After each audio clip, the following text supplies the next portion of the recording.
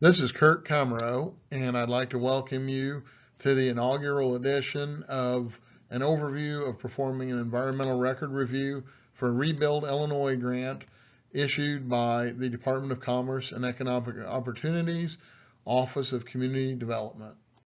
The completion of an environmental record review is a fairly straightforward process, and I hope this session will help you to feel comfortable and to be able to proceed in a timely manner. The grant awards we are covering today are state-issued, state-funded Rebuild Illinois grants solely issued by DCEO's Office of Community Development. These do not include any federal funds, and they do not include Rebuild Illinois grants or legislative add-on grants issued by other divisions in DCEO. Following your organization or community's award of Rebuild Illinois grant, the first documentation you would have received from your grant manager is a NOSAF, a Notice of State Award finalist, that others in this process will explain. That is the first step, and it includes the environmental record review requirements necessary for this grant to proceed.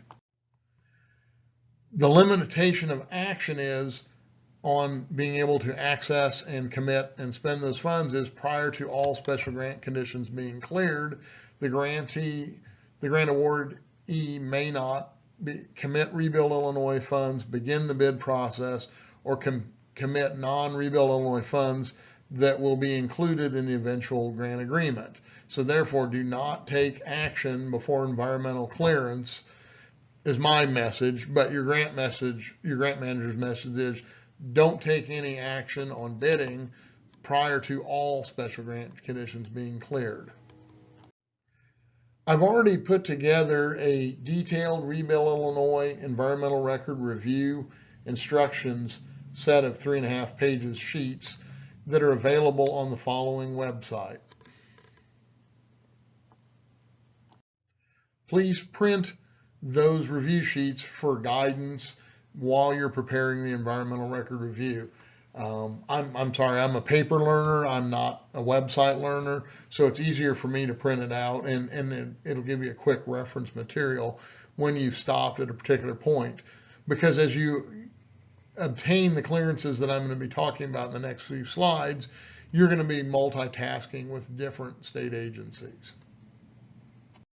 The good news for those of you who are either CDBG direct entitlement grantees or have obtained CDBG or other federal funds is that because these are state funds, the requirements that are more cumbersome for 16 bodies of federal law required under the federal NEPA statute do not apply to this grant. The state is basically using the four main requirements for every state grant and adding 2 federal conditions. The first of those, the state requirements, are that you will have to obtain 4 state environmental agency clearances, and those are listed from IEPA, from the IDNR EcoCat, from the Department of Agriculture, the Illinois Department, not the federal, and from Illinois SHPA, which is located a block away from us underneath the old state capitol. You'll also need to obtain a current version of the FEMA format with the exact project locations marked. It must be from the FEMA website, and it must be the most current version. For example, I know that Esri provides much clearer copies than the federal FEMA site. You have to use FEMA site, print it out. You can either computer draw or hand draw your exact project location or locations on the format. And please use the most current version available. If that's a larger urban area, and by larger I mean even like Decatur sized, then it should be the dynamic version of the format. If it's an old map drawn, that's what's available, use it. If FEMA says you're not, the community hasn't been mapped, then just use that. It'll be like a grid pattern and just mark the approximate location to show it's in a FEMA unmapped area. That's fine. You'll also need to provide a U.S. Fish and Wildlife Service wetlands mapper with the exact project location marked.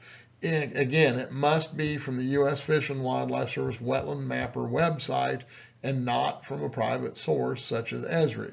It basically has to have that federal seal on it. If any portion of a project's locations are in a FEMA mapped floodplain or are on listed by DNR's EcoCat as a state source and or U.S. Fish and Wildlife Service for wetlands, it crosses or sits in a floodplain or wetland, then you will also have to prepare an 8-step floodplain and or wetland review process, which includes 2 required publications and their follow-up comment periods that are done consecutively. So that means the first publication is published a day later, you count 15 days, and then a day after that, you wait a day and draw your conclusions, update your 8-step, and then a day later, you'll do the second 7-day publication. Hopefully that won't happen. We didn't have any of those in our first round of 17 Fast Track Rebuild Illinois grants. The keynote here is that all environmental record review supporting documentations must be 2 years old at the date they are submitted as part of the complete environmental record review. If they're older, then you need to go back to that state agency or onto one of those 2 federal maps and have those reproduced, refreshed with current dates. There are 2 less common scenarios, the first of which hopefully was reviewed by me in your initial application, where I reviewed just the FEMA formats to make sure no part of the project location was in a floodway. However, if any of your project locations, once you map them yourself on the FEMA format site, are in a prohibited floodway, you need to contact me as the division's environmental review officer immediately. We will do our best, you and I, to work to revise the project site or the portion of it out of the floodway. If not, unfortunately, it would have to be canceled. The reason for this is, unless a use of funds, of grant funds, is a functionally dependent use of the floodway, the state does not want to put its money into something that might either be damaged by frequent flooding or increase the duration or frequency or the heights of future floods. As I said, it's most likely going to be rare. However, if it happens, functionally dependent uses of a floodway, it's work that has to be done in a floodway. A bridge pier, a fishing dock, a container port, a barge port on the Illinois or the Mississippi rivers, a boat repair shop. Those are all functionally dependent uses of a floodway. They have to be done in it. Outside of that, there is no reason that any of these projects should be in a floodway. The other one is, and this happened in Fast Track, one of the 17 grantees, unfortunately, in their case, it was Illinois SHPO at DNR, noticed the project site alongside a river just a couple miles south of Lake Michigan shoreline, which is an area of concern for wetlands management for the U.S. Army Corps of Engineers. So if Illinois SHPO or another state or federal agency refers your organization to the U.S. Army Corps of Engineers for a wetlands consultation, please comply and contact me immediately in writing to let me know that, because compliance to get an Army Corps of Engineers wetland permit can take well over a year. 20 years ago, in a different state-funded grant unit, we had one where they were building a bird watching dock on a river that was less than a mile from emptying into Lake Michigan. It took over 2 years to get that permit for a dock that cost around $40,000. And I've always kind of kept that in mind, that that's why for our regular funds, which is CDBG downstate, we don't touch Lake Michigan, and our projects generally stay away from the great rivers. So the Corps, basically, as long as we're doing an 8-step wetland review, they are copacetic with that. But in cases where you're touching one of their key areas of concern, like a navigable waterway or a Great Lake, you may run into this, but hopefully not. The actual 3.5-page environmental review process sheets, or they'll say in some, the link will say, Rebuild Illinois detailed environmental detail instructions. They contain the information you're going to need for contacting the 4 state environmental agencies. Due to work volumes here, I don't have time every time to say, oh yeah, you need to call, you need to refer to ag, there's a form on their website. I've got that listed. I've got the web links listed for all of those state agencies. So please go on to DCEO's website, which I provided earlier, and use those web links to see what documentation or see what website you need to access for those 4 state agencies. They'll be more than happy to help you.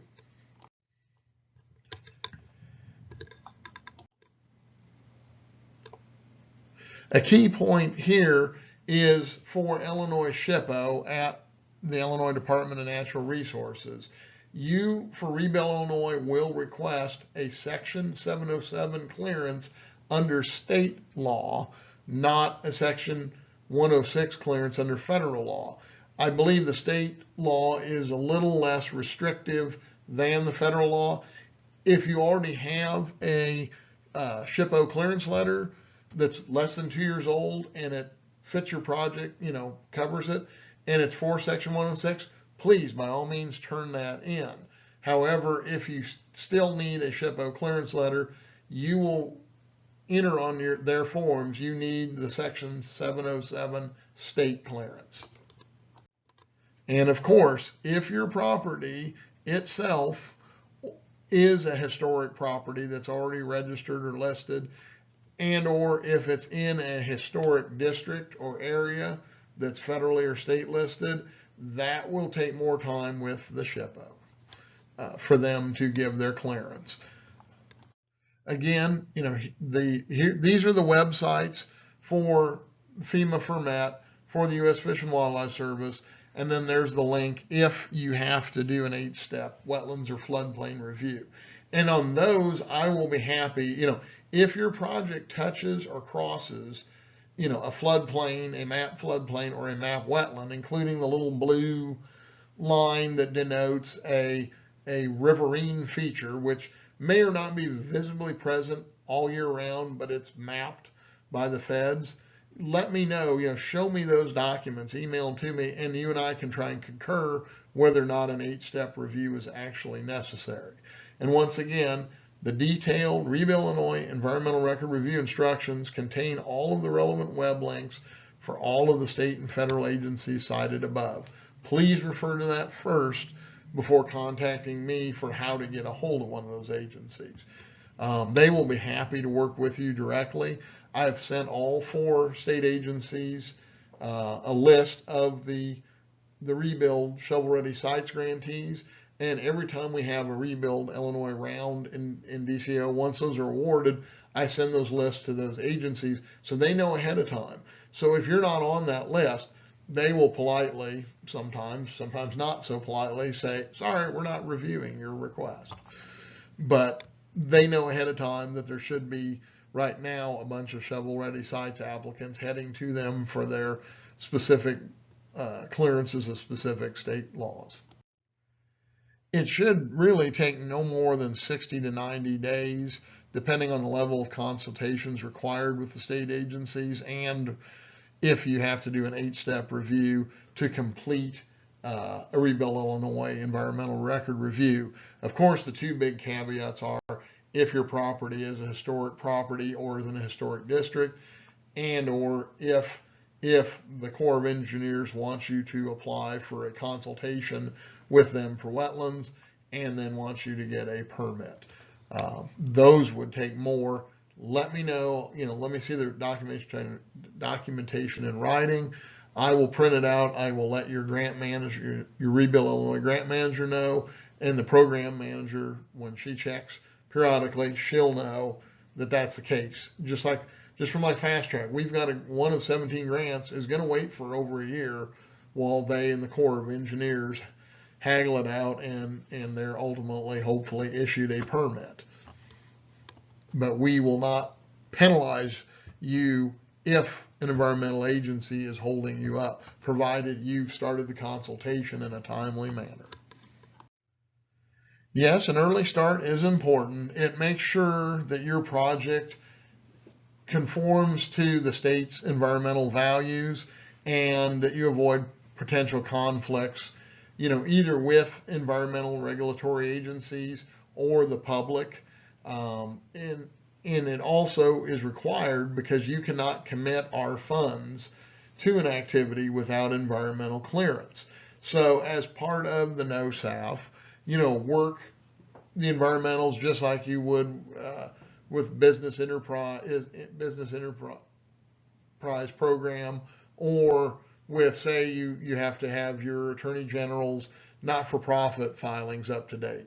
Whatever special grant conditions are listed, just work on those together. They're simultaneous streams you're going to be doing to end up at the same 90-day destination.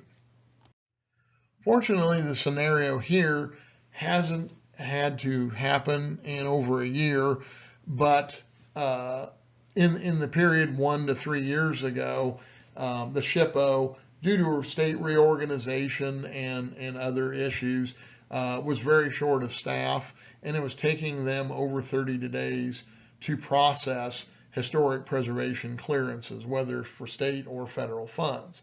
Both state and federal historic preservation laws give the SHPO a 30-day clock in which to process your request within 30 days, starting the day after you've turned it in, and provided that it is complete.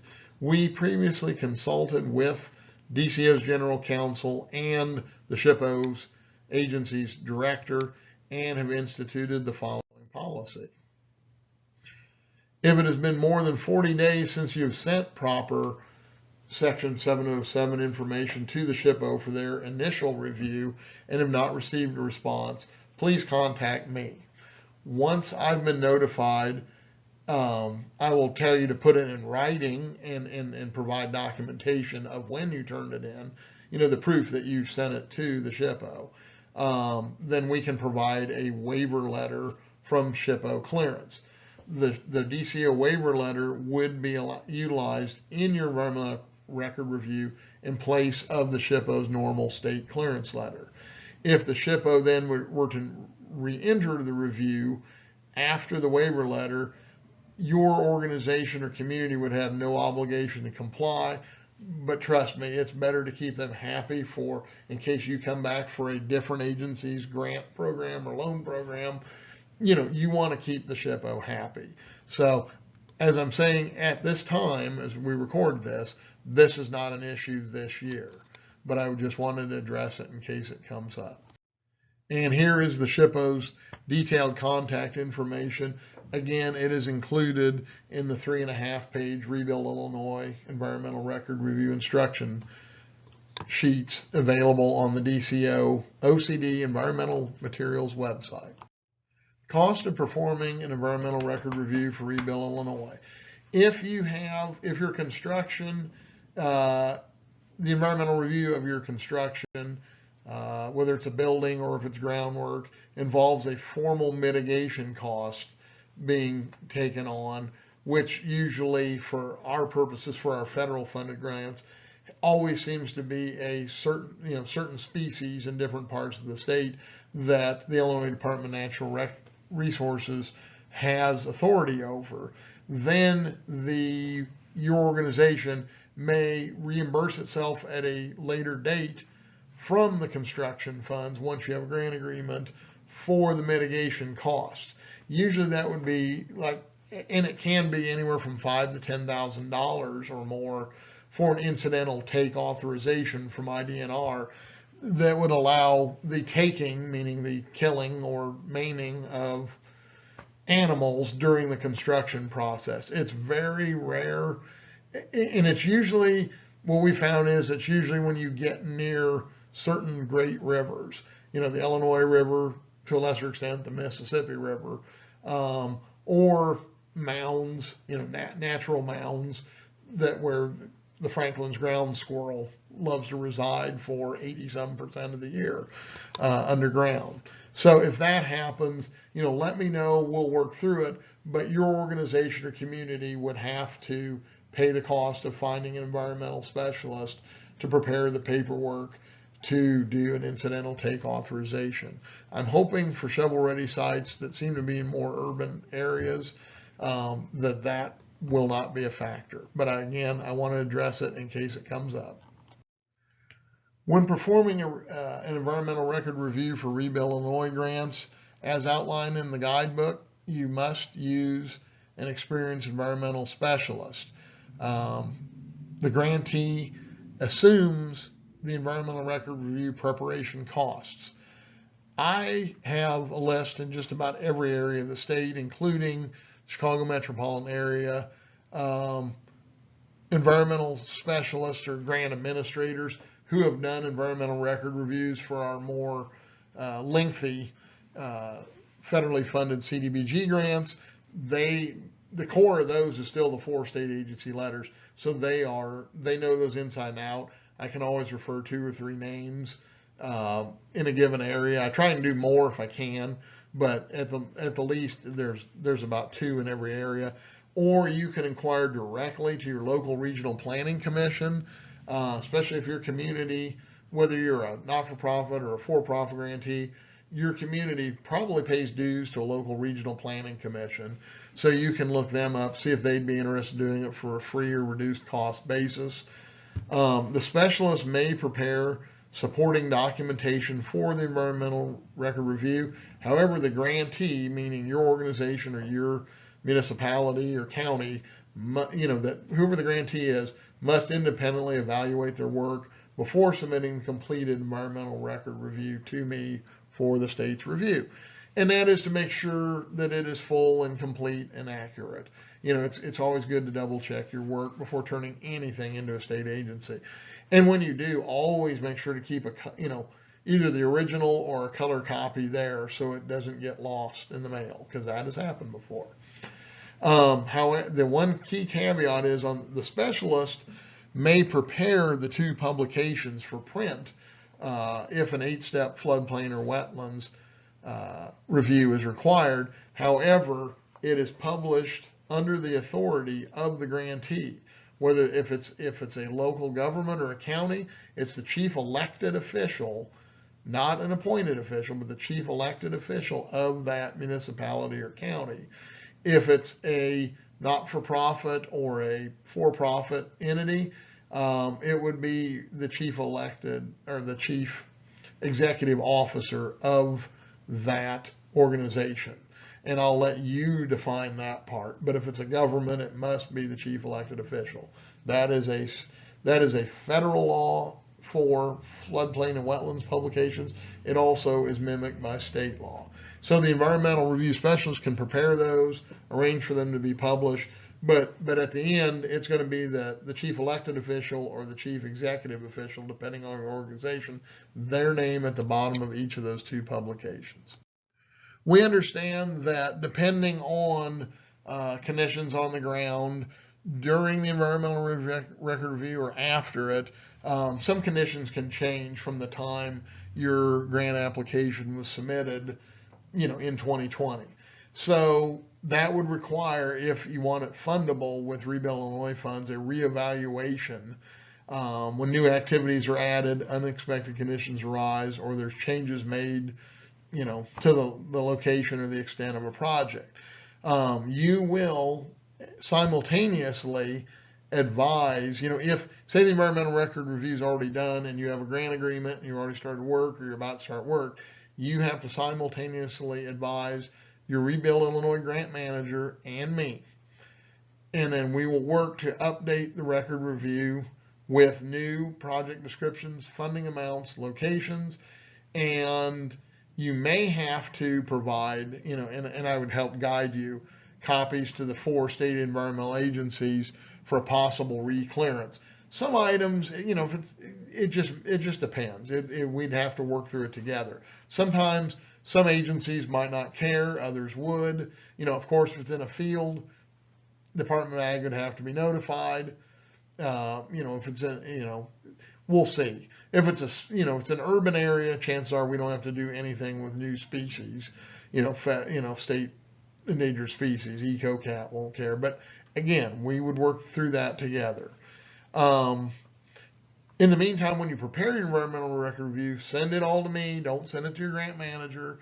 Likewise, I don't want your grant-related forms that don't relate to environmental review. So the key thing is, if you're thinking of changing anything, either now while you're doing the environmental review or when you have an executed grant agreement, get a hold of me ASAP and we'll work through it together. Before and during construction, you're going to want to make sure you have a collaborative effort for any mitigations that are identified during the environmental review. All of your construction or building rehab contracts must contain required mitigation language as identified by those 4 state agencies, and if you had to do an 8-step floodplain or wetland review, as you identified in that review. So you'll have to also educate the contractors and their workers on formal mitigations. We've had them before where the copper belly water snake was one of them, where and it's in far southern Illinois, where they had to set up baskets or fences to kind of divert the snakes away from construction, not do construction during specific months of the year. And then you'll track and monitor that implementation and update the environmental review accordingly. If there are formal mitigations, I'll keep a list of those too and kind of spot check to make sure they're being adhered to. Once you have a complete Rebuild Illinois environmental record review, and you're going to get tired of hearing that term during the slideshow, you will send that to me and me only, not to your grant manager. You don't copy them. If they want to know, like say you got all your other special grant conditions done, the grant manager wants to know, hey, is the environmental review done? They'll ask me first, and I have a log sheet I maintain, or a log record that I'll maintain and say, yep, it's in, or I can check through my email and say, nope, they're working on it. I've got one of the 4 state agencies I'm not giving away. They copy me on everything. So I'll know you've started that review when I get that letter emailed to me, either as a CC or if they forget, they'll send it to me a day or 2 later. And that's my early warning picket to know that progress is being made. You or your environmental specialist is moving on it.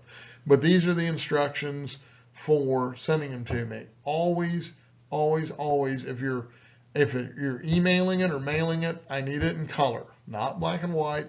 I do not want it double-sided, single-sided only. And you'll scan and email it to me in color or mail it a color copy. Keep your original, because you do not, that is your record to show you complied. If, say there's a building fire here, or whenever the file gets lost on this end, you have it there, you will be fine. Wendy wanted me to emphasize, for environmental emails, you were to send it to that address there, ceo.ero@illinois.gov. Do not use the email address where it's my name linked by a dot at illinois.gov. And then there's the mailing address. During the time of COVID, they have us working remotely different days. So I've got the notice, to you that there's the 2 phone numbers. Right now it seems that my voicemail isn't working on the Monday, Tuesday, Thursday. So keep trying to call back or email me. If you call in the Wednesday, Friday number and I don't answer, it doesn't have voicemail, but it's a state cell phone. So it does show numbers that have called me, and I call back every person who ever calls me. So I've listened to more return messages for auto warranty repairs over the last year than you'll ever want to know about. But I always return my calls to the state cell phone.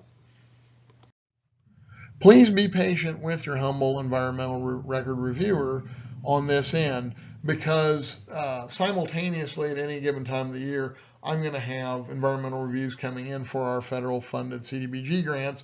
Those run anywhere from 45 to 200 pages, and they take time, and they're usually for hard construction that must be started at a given time so that they can get them done, at least start the work during a summer to fall construction cycle. So, we know Rebuild Illinois has a priority to get it out the door. They're much shorter. They'll get work faster.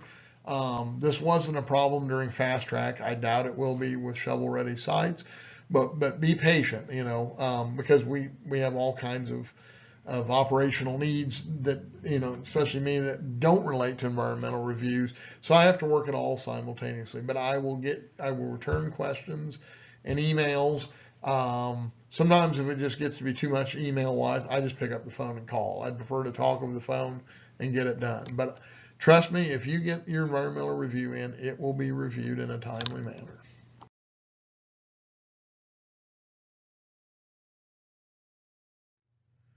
Let's go through some of the post-environmental record review actions. For any continuing obligations, as I've said, if you have any mitigations or contingencies identified in your environmental review, you must relay those to the applicable parties and put in, the resulting agreements, put the language into resulting agreements and contracts used to build out your project. Those are the mitigations primarily from the 4 state agencies. And we do verify that through monitoring, periodic spot check, and it can be the verification of pre-construction conference documents. Meaning, if DNR says you've got copper belly water snakes and there's no construction during these months, that needs to be in your pre-construction conference minutes, where you discuss that with the contractor. You've got a copy of the handout that shows what a copper belly water snake looks like, its habitats, and what you have and what the contractors have to do to keep them from being killed while your construction is underway. In conclusion, if you follow all of the environmental review preparation procedures that I outline in the detailed instruction sheets, and follow all of the steps, you will have had a document, body of evidence to show, you're following the state's environmental guidelines and sensibilities and are in compliance with this portion of your grant award. Be sure and just exercise due diligence. Don't rush through it. Those 4 state agencies, they know you've got money to spend that the governor and the General Assembly have committed. They're going to do all they can to help get your reviews done in a timely manner and move you on your way so that you can turn it into me, and hopefully within that 90 days you will be, your no-SAF phase will be concluded and you can move on to the next phase of grant management. Have a nice day, and I'll see you on the next slideshow.